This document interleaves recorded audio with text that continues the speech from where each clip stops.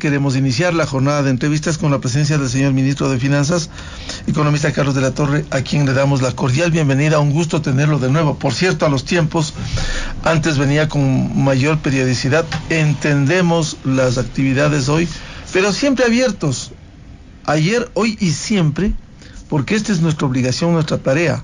Llevar información útil para la comunidad y que sea la comunidad libremente la que juzgue, la que entienda, la que procese, y mientras mayor información hay, se puede despejar cualquier inquietud, cualquier interrogante, cualquier especulación, más aún en un sector tan importante como es el económico.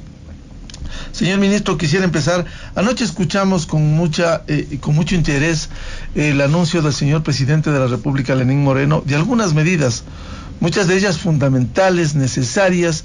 Cuando hay una crisis económica, el sacrificio no puede venir solo de un sector, ni solo del sector público, ni solo del sector privado. Hay que compartir esas preocupaciones y hay que compartir también los sacrificios. Escuchamos al presidente de la República, por ejemplo, medidas. Va a venderse un avión innecesario, por cierto, uno de los aviones presidenciales. Va a reducirse en 10% los salarios del nivel jerárquico superior. También va a venderse los bienes que tienen inmobiliario. Sería importante ir desglosando, señor ministro, por ejemplo, partiendo de este hecho, ¿cuánto representaría la venta de esos bienes que tiene inmobiliario? Muy buen día. Muy buenos días, Miguel. Muy buenos días con todas y todos quienes nos escuchan. Más allá de las cifras que tienen que calcularse ya con precisión sobre la base de su alcance, que ha sido definido ya y hecho público el día de ayer por el señor presidente de la República, tenemos que entender que todos estos elementos que han sido señalados desde lo que será el decreto de austeridad son parte de una estrategia más amplia que lo que procura es ya mejorar las cifras fiscales del Ecuador con miras a regularizar esta situación y hacer sostenible el manejo fiscal en el largo plazo. No solo es el tema de la austeridad, sino que ya se han establecido otros recortes que están ya definidos en la proforma presupuestaria 2017 en todo este conjunto de mecanismos que procuran ir de a poco reduciendo el gasto público para de esa manera también ir ya reduciendo el déficit fiscal. Sí, ministro, otro de los anuncios, otro de los presupuestos del SRI es una recaudación de alrededor de 14,000 millones de dólares. A sabiendas de que ya no cuenta con las sobretasas ni los 2 puntos del IVA, se bajó del 14 al 12. ¿En qué basa esa proyección y cómo se va a lograr? Bueno, hay varios espacios en los que se puede optimizar la recaudación fiscal y se están implementando acciones en ese sentido. Básicamente, hay un esfuerzo mayor en esa línea, pero también hay que entender que hay si bien es leve, una recuperación de la economía que nos permite también evidenciar que hay mayor actividad económica. Desde el mes de marzo en adelante es clara una reactivación de las ventas en el Ecuador de manera sostenida. Hemos tenido el mes de abril, el mes de mayo principalmente, con incrementos sustanciales respecto del año 2016. Es decir, si nosotros comparamos cómo se está dando la actividad económica ya en estos meses respecto de 2016, en algunos casos tenemos un incremento de hasta un 15%, 16% de la actividad, en otros no tanto, pero en general para el resto del año se espera que esos niveles se mantengan de forma sostenida y eso implica evidentemente mayor recaudación tributaria. Señor ministro, hay entre los tantos temas que es bueno procesar, ir despejando las inquietudes. Se estima, de acuerdo con los anuncios oficiales, más de 3.100 millones los ingresos petroleros, pero ¿cómo se desglosaría eso cuando de por medio hay algunas ataduras como las preventas petroleras, tarifas petroleras? ¿Cuánto mismo de esos 3.100 millones le quedará al fisco? Bueno, en definitiva, está establecido ya en la proforma que una parte importante de esos recursos, vamos a ver el dato exacto, si es que tengo a mano, de todo lo que son las transferencias que recibe el fisco, entre las cuales está la actividad petrolera, y podríamos indicar que estamos hablando en realidad de transferencias y donaciones corrientes. El valor que tenemos nosotros registrado en la proforma está en un poco más de los 2.000 millones de dólares, es decir, en términos de ingresos petroleros, exactamente, tarifas, es decir, todo. Exactamente, ingreso es decir, neto, digamos. Exactamente, es decir, ya retirados todos aquellos elementos que significan más bien un ingreso o un costo. Ya, ¿cuánto cueste el avión? Voy precisando porque los anuncios han sido importantes. ¿Cuánto cuesta el avión presidencial que se espera vender? Bueno, habría que definir cuál de los dos, si es el Falcon o es el Legacy. Son aviones de características diferentes, tiene que evaluarse también su condición, el estado de motor, es decir, es un análisis que tienen que hacer los expertos. Es decir, no se tiene un monto. No. Ni siquiera se ha definido cuál de los dos aviones. Hablamos del uno es de vuelos cortos y el otro es de vuelos largos. Sí, son de diferentes capacidades también, eso tendrán que hacerlo los expertos. La decisión es vender en un avión. Sí. No se sabe cuál. Ahora, la reducción del 10% de los salarios específicamente, ¿cuánto ahorro anual le va a generar al fisco? Bueno, eso también tenemos que establecer sobre la base de todo el nivel jerárquico superior en este momento. Es decir, tendríamos que evaluar exactamente en términos ya del número exacto de funcionarios y sus salarios. Como indicaba anteriormente, estas son las acciones que se están tomando, ya están definidas en este momento con exactitud, pero el siguiente paso es hacer los cálculos exactos de cuánto significará todo esto, primero en el marco de lo que queda de 2017 y después las proyecciones para los siguientes años. ¿Se ha valorado cuánto tienen activos inmobiliarios y qué tipo de activos son? Porque el anuncio es vender esos bienes. Bueno, eso también tendríamos que preguntarle a inmobiliarios, ellos deben tener las cifras exactas, ¿no? Ya, igual, ¿se tiene alguna idea de los autos de lujo? ¿Otro de los anuncios importantes? Es también otro de los elementos que tiene que hacerse el inventario de los autos, también tiene que hacerse la valoración a precios de mercado, porque hay que entender que si bien se tiene contabilizados los automóviles, existen las estadísticas de aquello, también hay que evaluar su condición mecánica, que es lo que determina el precio final. Ya. Otro de los temas importantes dentro del manejo de estas cifras, señor ministro de la Torre, ¿cómo se piensa conseguir los 7.000 millones de dólares que se necesita para cubrir el pago de capital de la deuda de este año? Bueno, tenemos que entender que el financiamiento que se establece en el manejo fiscal siempre está identificado en términos de sus fuentes, ya sean fuentes estas internas o externas, y en el caso nuestro, en el caso del Ecuador, estamos operando con las fuentes usuales con las que se ha trabajado anteriormente, es decir, en grandes conjuntos. Nosotros recibimos financiamiento continuamente para diversos proyectos de diversos organismos multilaterales, tanto regionales como a nivel mundial. Está el FLAR, está la CAF, está el mismo Banco Mundial, entre los que más se destacan. También hay créditos directos que se pueden obtener de banca de desarrollo, de banca de inversiones, etcétera. Es decir, estamos manejando las fuentes habituales y están establecidos desembolsos para diversos créditos, principalmente para financiamiento de gasto de capital. Porque sobre este tema, hasta junio se han pagado alrededor de 2.000 millones, me parece, y quedarían pendientes 5.000 millones en este segundo semestre. Bueno, ahí hay que tener en cuenta también lo que son los pagos. Por un lado es el financiamiento, luego son los pagos de los compromisos internacionales, y estos pagos dependen de varios factores, dependen de cómo está estructurada la deuda externa que tiene el país en términos de los intereses y de los diferentes vencimientos. Tengamos en cuenta que hay varios tramos dentro de esa deuda, varios tipos de operaciones que se han hecho, y sobre la base de los intereses, fechas de pago y tanto de intereses como de capital, se tienen que ir dando estos desembolsos. Es decir, todo eso ya está establecido en la proforma presupuestaria y definido con claridad cómo el Ecuador debe cumplir con todos esos compromisos en los siguientes meses. Sí, ministro, ¿cómo explicarle al país de los datos que ha recabado el gobierno? hay obligaciones de aproximadamente 57 mil millones de dólares, luego de una década que hay que reconocer también de altos precios del petróleo.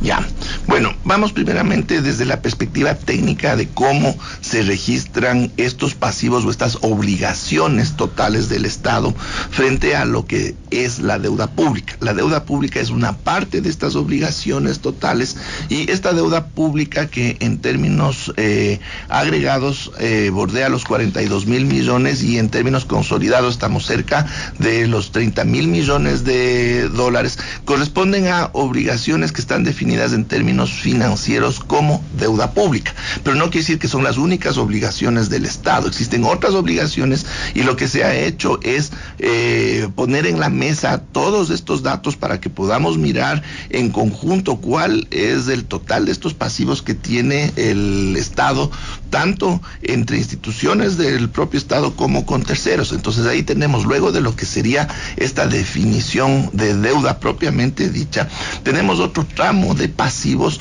que en gran medida tiene que ver con la operación de las empresas públicas, y fundamentalmente de Petroecuador y Petroamazonas, que si bien son obligaciones que se generan desde otra perspectiva, no la perspectiva financiera a la que accede el Estado en su manejo fiscal, son también obligaciones que tienen que cubrirse, y tienen que contabilizarse, y tienen que entenderse que son parte de un conjunto amplio de pasivos. Entonces ahí estamos hablando de algo así como unos 8 mil millones que se sumarían a esta cifra que indiqué anteriormente, pero adicionalmente tenemos un grupo de potenciales obligaciones adicionales que supera los 4 mil millones de dólares, que se denominan los contingentes. ¿Qué tenemos ahí? Tenemos garantías que ha concedido el Estado ecuatoriano, tenemos juicios que algunas empresas petroleras están siguiendo contra el Estado ecuatoriano, y de que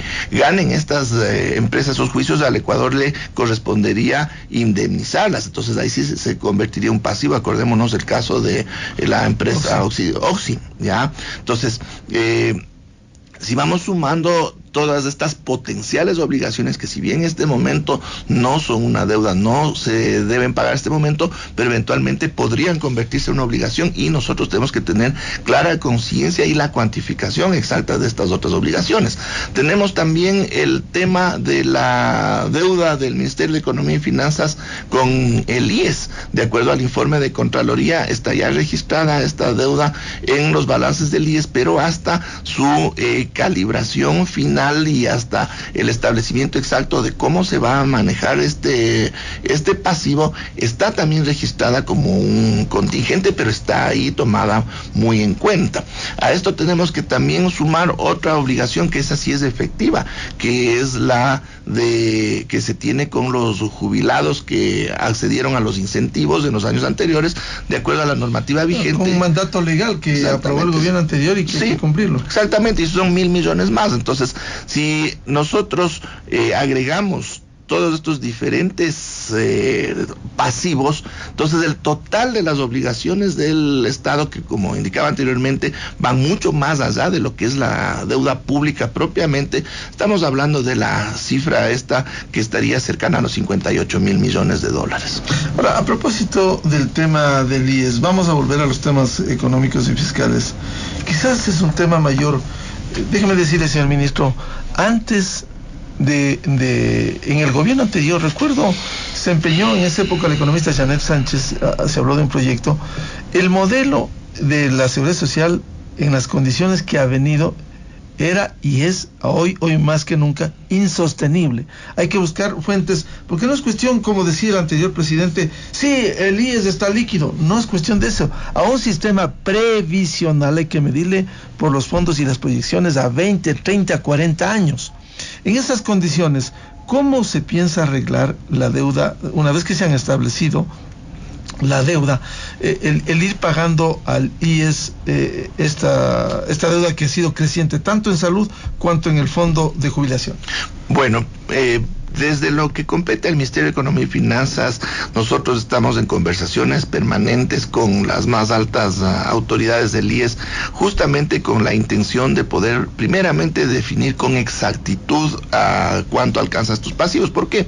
Porque hay una cifra, pero detrás no hay una metodología con la cual se haya establecido ese valor, y es importante poder tener claridad si ese mismo es el valor o es otro.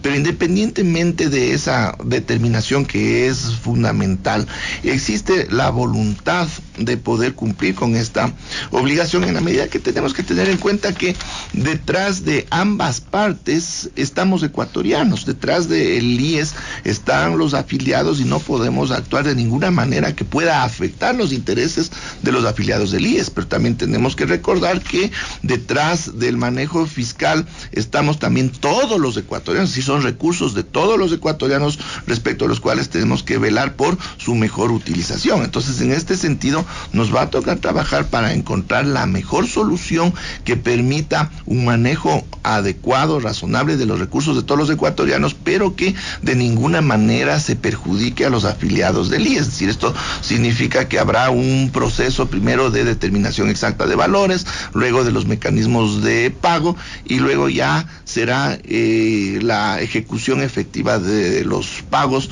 de acuerdo al mecanismo que se establezca, que tendrá que ser alguno que no ponga en riesgo el manejo de la caja fiscal. A propósito de eso, hay una norma constitucional que obliga al establecimiento de una proforma presupuestaria los recursos del IES. Dice artículo 371, los recursos del Estado destinados para el seguro universal obligatorio constarán cada año en el presupuesto general del Estado y serán transferidos de forma oportuna. ¿En la proforma del 2017 se ha consignado eso? En la proforma del 2017 se ha consignado todo aquello que se establece por mandato constitucional y otras normativas. Ahí está lo de... Efectivamente, no se puede... Parte que corresponde no se puede presentar una proforma sin cumplimiento absoluto de lo que dispone la normativa vigente. ¿Y usted recuerda quizás dentro de sus papeles, señor ministro, a cuánto asciende eso? Bueno, es un poco difícil tener en la memoria absolutamente todas las cifras que están en el presupuesto, y más bien lo que se maneja son cifras generales de los distintos rubros hacia donde se destinan los recursos, pero eso no es un problema porque la proforma en los próximos días será pública a través de los medios de difusión que tiene el Ministerio de Economía y Finanzas, y ahí podremos ver con exactitud. Para que el caso del IES, y volver a los otros temas que decía señor ministro, dentro de esta comisión se va a establecer plazos que no vuelvan a lo del pasado, en donde había reuniones y no se compaginaba entre los datos que le corresponde recaudar al IES y lo que le debe el Estado ecuatoriano. Ese es el primer esfuerzo que se tiene que hacer, es decir, es la conciliación de los datos, es decir, que ambas partes estemos de acuerdo en cuáles son las cifras y que éstas hayan sido, o más bien para que esto pueda realizarse, tendrán que establecerse las metodologías asimismo de mutuo acuerdo para la determinación exacta de los valores. Estando de acuerdo en los valores, de ahí viene en cambio la definición de los mecanismos de pago. ¿Cómo está la caja fiscal? Yo tengo en mis manos un informe del 9 de mayo, es decir, uno de los últimos informes del gobierno anterior, en donde casi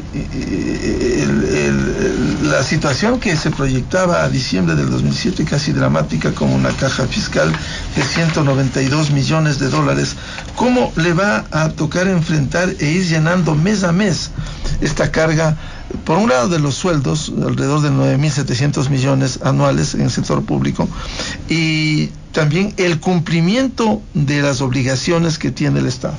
Bueno, el nivel de la caja fiscal es muy fluctuante, incluso varía de día a día, tanto en función de cómo se van dando los diferentes ingresos, porque hay varias fuentes de ingresos, así como se van utilizando esos recursos. Es decir, cuando se recibe los recursos de la recaudación tributaria, también inclusive de un día al otro puede ir variando ese valor, y asimismo en términos de los desembolsos.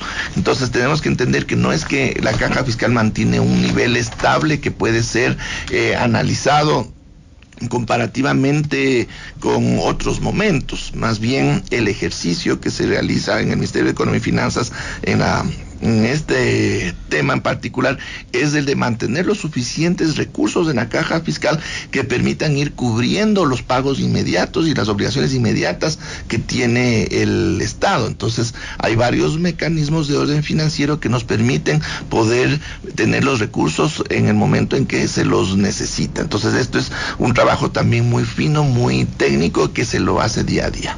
Señor ministro, usted en una de sus primeras declaraciones, recuerdo 28 de mayo del presente año, a 4 días de la posición del señor presidente Moreno, usted hacía una declaración, quizás un mensaje positivo que dio al país, que decía: el sector privado será el motor de la economía.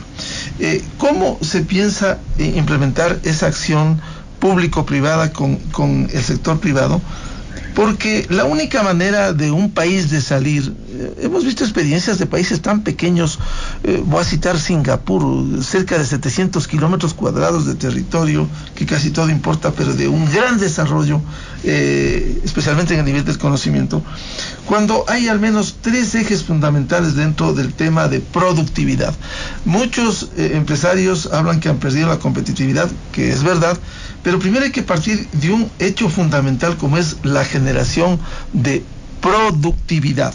Y ahí quizás 3 ejes: el uno, el económico; el otro, el social, en el que está empeñado el presidente Moreno, es evidente, en la acción social; y también el institucional, el rescatar a las instituciones.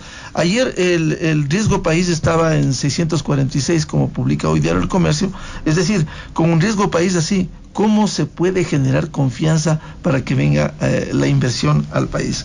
¿Cómo enfrentar este tema de la productividad, señor ministro? Ya, a ver, vamos separando algunos elementos que es importante para entender este punto. A ver, primero, para poder comprender por qué es ahora el momento de que el sector privado se vuelva en el motor de la economía, tenemos que entender también qué es lo que se hizo en los 10 años anteriores. El modelo durante estos años anteriores estuvo orientado, el modelo económico orientado a la construcción de capacidades productivas. Ahí tenemos los grandes proyectos hidroeléctricos, puertos, aeropuertos, carreteras, y también hay que mirar que se invirtió muchísimo en la educación de los ecuatorianos, y ahí tenemos el caso particular de los becarios, que han sido miles de becarios que ahora ya están regresando. Entonces, ¿qué es lo que se configuró en estos 10 años anteriores? Si vuelven y no tienen dónde emplearse, no les pagan los niveles. Por eso es que algunos han optado inicialmente, porque tienen que devengar, no tienen una expectativa positiva en el país. Es que ese es el punto, es decir, en esta segunda fase tenemos que aprovechar todo eso. Entonces, claro, antes no había las condiciones de la economía para poder absorber toda esa capacidad instalada que tenemos, tanto en términos físicos como en este caso en términos de talento humano, pero es ahora cuando los esfuerzos de la política económica tienen que orientarse a darle dinamismo ya al aparato productivo donde está el sector privado, para aprovechar todas esas capacidades que se construyeron en los 10 años anteriores. Entonces, desde esa perspectiva, ahora será el sector privado el que hará funcionar toda esta maquinaria que ya está ahí lista y que se ha construido. Entonces, el manejo tanto fiscal como en general la política económica está orientado a generar los incentivos suficientes para que ahora sí se active la producción en el Ecuador, y ahí está un espacio que se ha construido para tal efecto, es decir, para ya identificar los mecanismos concretos a través de los cuales se puede generar estos incentivos que a la larga se traducen en algunos casos en productividad y en otros casos en productividad y competitividad, y es el Consejo Consultivo Productivo y Tributario, donde se establece el diálogo con los diferentes sectores para poder evaluar exactamente por dónde deben ir esos incentivos, qué mecanismos se pueden establecer desde la política pública para ya echar a andar esta máquina. Señor ministro, ¿nuevos impuestos no habrá para poder llenar las necesidades del fisco? La proforma presupuestaria 2017 fue establecida a partir de lo que se llama un escenario pasivo. ¿Qué significa esto? Que se hizo todo el análisis, todos los cálculos con las reglas de juego vigentes. Es decir, que en materia impositiva se ha considerado que no va a darse ningún cambio y así será en lo que queda de 2017. Cuando usted, señor ministro, recordaba los 10 años de las obras, la infraestructura que se deja para el sector privado, sí es importante para despejar las inquietudes, ¿qué se financió con deuda y qué se financió con petróleo? Porque el anterior presidente decía, ahí está lo que se ha sembrado, las carreteras, etcétera. Sería bueno decir al país qué se hizo con deuda y qué se hizo con la generación del petróleo. Bueno, en términos de hacia dónde se han dirigido los recursos, esto se lo puede evaluar en los propios presupuestos de los años anteriores, porque hay también disposiciones normativas en el sentido de qué recursos van a qué. En el endeudamiento, el financiamiento externo fundamentalmente lo orienta para inversión en proyectos, es decir, ahí estarían muchos de los proyectos de infraestructura que están ahora ya en operación. Esos se financiaron con recursos que han venido de deuda, y el resto de los recursos se dirigen fundamentalmente a gasto corriente, aun cuando también pueden dirigirse también a gasto de inversión. Es decir, hay también definiciones normativas en cómo utilizar los diferentes recursos dependiendo de la fuente de financiamiento o el tipo de ingreso. El Consejo Consultivo, que trabaja en 15 sectores, se comprometió, se habló de 3 meses, 90 días. ¿Se va a esperar eso o se va a ir tomando acciones antes? Bueno, por lo pronto las primeras acciones ya han sido tomadas, el presidente ya las ha anunciado, y con estas acciones nosotros esperamos, y con todos los elementos que nos asegura que así va a hacer, cubrir el año 2017. De ahí lo que surja de estas mesas de diálogo con el sector privado, esas definiciones serán las que se establezcan ya en el marco de la política económica para el año 2018. Para cerrar este 2017, ¿habrá nuevas deudas? ¿Nueva emisión de bonos? ¿Qué se va a hacer? Bueno, tenemos que entender que el financiamiento, es decir, el endeudamiento, es un mecanismo habitual en el manejo fiscal en el Ecuador y en cualquier economía. Es decir, es parte de la operación normal que realizan los estados. Siempre que se lo haga con responsabilidad. Si uno se excede, pues queda hipotecado. Exactamente, y aquí es importante tener en cuenta que para la proforma del año 2017 ya se ha avanzado en el sentido de empezar a cerrar el déficit fiscal. ¿Qué implica esto? Que el nuevo financiamiento que va a venir a futuro frente a un déficit que va a ser cada vez menor, también va a ser menor, y en un tiempo prudencial nosotros podremos estar ya en un nivel de sostenibilidad de largo plazo, cuando ya la deuda ya no va a ser un problema significativo en el manejo económico, y simplemente será obligaciones que tienen que irse cubriendo sobre la base de los ingresos que también irá recibiendo la economía a futuro, sin generar ninguna situación que pueda afectar el desempeño de la economía. Señor ministro, quisiera hablar un tema que también es fundamental, no es nuevo en el país, esto funciona en el mundo si se lo hace con responsabilidad, como es el dinero electrónico. Una de las cosas que asustó al sector financiero privado fue el que se concentre y se maneje desde el Banco Central del Ecuador. Sabemos, ayer precisamente hubo un diálogo respecto del paso del dinero electrónico a la banca. Quisiera consultarle, ¿habrá reformas a la ley de finanzas públicas, al código monetario? ¿Cómo se piensa hacer y en qué condiciones? Porque esto funciona en el mundo y funciona bien, pero no controlado exclusivamente por el Estado. Regulado es otra cosa, el dinero electrónico. Bueno, respecto al dinero electrónico, tenemos que entender cuál es la razón de ser de este canal de pago, que es así como debería definirse.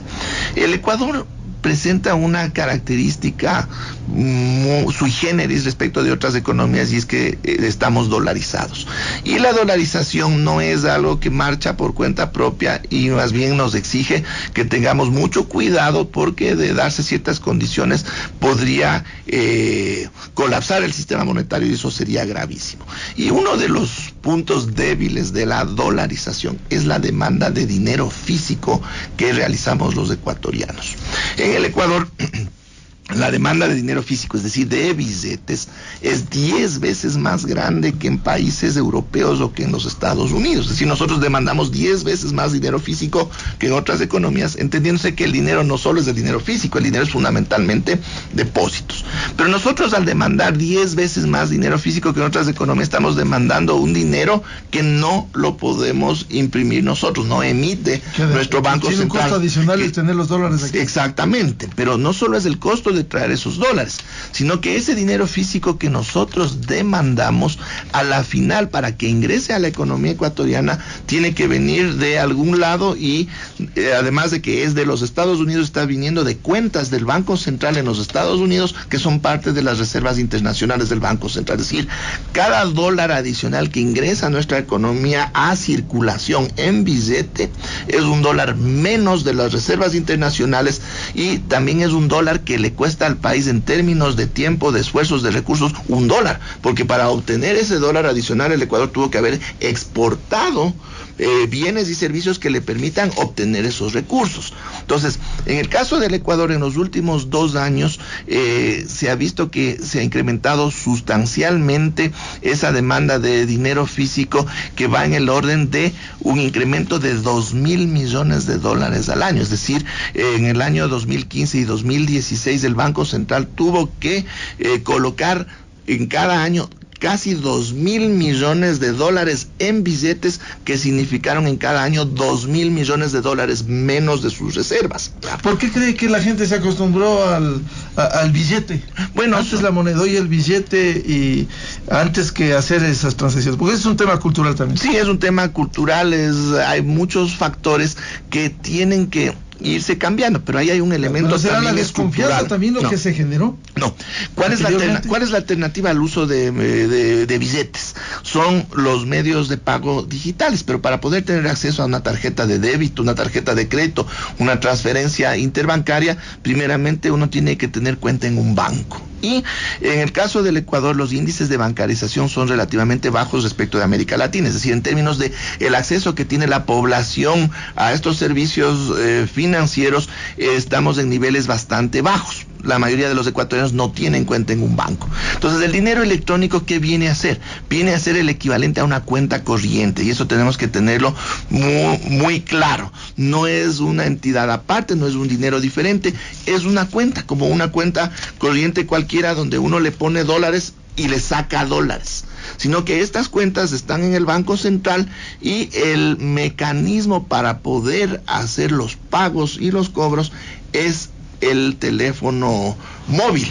No es, a diferencia de una cuenta corriente convencional que está en una institución financiera, y los medios para poder acceder a esos recursos es un cheque, es la tarjeta de débito, o es una transferencia por la computadora. Entonces, en este caso la única diferencia es que es el teléfono, y también esto nos genera tanto la facilidad de que la mayoría de los ecuatorianos tenemos teléfono móvil, y segundo, que poder abrir esta cuenta de dinero electrónico no exige todo lo que se exige para abrir una cuenta corriente o una libreta de ahorros de una entidad financiera. Se lo puede hacer directamente desde el teléfono. Entonces, esto abre las posibilidades a muchos ecuatorianos que no tienen cuentas en los bancos a poder acceder a medios de pago alternativos al dinero físico. ¿Esto pasará al sector privado? A ver, entonces... Porque uno de los planteamientos, ayer, luego de la reunión, el presidente de la Asociación de Bancos Privados decía que se está preparando la plataforma, que estaría lista para fin de año, pero se necesitan reformas. Ya, a ver, antes de entrar al tema normativo, ¿cuál es el objetivo último entonces del dinero electrónico? Que se masifique para que se vuelva un sustituto del uso del dinero físico y nos alivie esta presión que yo había indicado sobre las reservas internacionales, y con eso estamos generando un mecanismo de fortalecimiento de la dolarización, ¿ya? Entonces, si lo que nos interesa es que funcione el dinero electrónico, no importa si es bajo la tutela del Estado a través del Banco Banco Central o si es a través del sistema financiero privado y las cooperativas que funcione. El asunto es que funcione. Ministro, la generación de confianza. No se confía y por eso hay mucha gente que sacó el 2015 por ese anuncio equivocado del anterior presidente de la ley de herencias, ley de plusvalía, salieron 3.200 millones aproximadamente de circulación del sistema y se presume que fueron a los bancos, a otro tipo de inversiones. Es decir, ¿cómo restablecer la confianza necesaria en eso? Si es que el Banco Central sigue en esas condiciones. A ver, en el caso del dinero electrónico del Banco Central, tenemos nosotros evidentemente estudios de opinión y aquí no es un tema de confianza, es decir, eso es la muletilla que se utiliza muchas veces en relación al dinero electrónico. En el Ecuador mucha gente ni siquiera sabe que hay un Banco Central y asimismo muchas personas tampoco saben exactamente qué hace el Banco Central y más bien su percepción del Banco Central es neutral, no es ni buena ni mala. El dinero electrónico tuvo también una mala propaganda desde diversos sectores por algunas preocupaciones que también fueron infundadas en algún momento. Pero también hay otro factor. Pero fue el anterior presidente y el anterior gobierno que generó eso y generó desconfianza, resquemores de... A ver, pero vamos a lo concreto, porque esos elementos son difíciles de medir. Vamos con las tarjetas de débito. En el Ecuador, ¿desde cuándo hay tarjetas de débito? Las hay desde hace un poco más de 20 años. ¿Y qué tanto se ha difundido el uso de las tarjetas de débito? Muy poco. ¿Por qué? Porque estos sistemas de pagos se demoran mucho en el tiempo en poder masificarse. ¿Desde cuándo hay tarjetas de crédito en el Ecuador? Desde hace más de 40 años. Y su uso todavía es limitado. Entonces tienen una evolución que es bastante lenta y más bien el esfuerzo que se quiere hacer ahora es de que esa evolución en el caso del dinero electrónico sea bastante más rápida de lo que ha sido para el caso de otros medios de pago. Y si esto puede hacerse desde el sistema financiero privado y las cooperativas, porque el interés último es que los ecuatorianos usemos menos dinero físico, bien vale la pena entrar en negociaciones, en conversaciones con el sistema financiero privado y las cooperativas, y si es que ellos pueden asumirlo y potenciar este mecanismo, correcto. Y evidentemente si se da ese caso tendremos que modificar algo de la normativa donde se establece la exclusividad del Banco Central, evidentemente, ¿no? Claro, es decir, reformas al Código Orgánico Monetario y Financiero. Claro que sí habrá que hacer las reformas respectivas, pero asimismo para que esto pueda darse esta transición del dinero electrónico al sistema financiero privado, ellos también tendrán que cumplir ciertas condiciones técnicas y de operación del mecanismo que garantice su correcto funcionamiento a bajo costo. Bien, queremos agradecer al señor ministro de Finanzas, Carlos de la Torre. Sabemos que hay muchos temas que se nos queda, ministro, tenemos una agenda también que cumplir. Agradecerle la presencia siempre abierto, señor ministro, cuando desee, para que, como decía al comienzo, que sea la gente, los ciudadanos, los miles de gente los que juzguen, despejen inquietudes, las interrogantes, y lo que más interesa es que se esclarezcan temas fundamentales en materia económica. Quizás un tema final, ¿qué hacer para bajar el riesgo país? Bueno, el riesgo país depende de varios factores, pero ya hemos hecho un primer esfuerzo, una proforma con una reducción de 1 punto porcentual en el déficit fiscal. Eso es una señal importante de que estamos haciendo esfuerzos en la línea de llegar a un manejo fiscal sostenible. Eso es un elemento, una información que definitivamente va a incidir en algún momento en la percepción que se tiene desde el exterior del manejo de nuestra economía. Bien, muchas gracias, señor ministro de Finanzas, Carlos de la Torre, aquí en Ecuador Radio.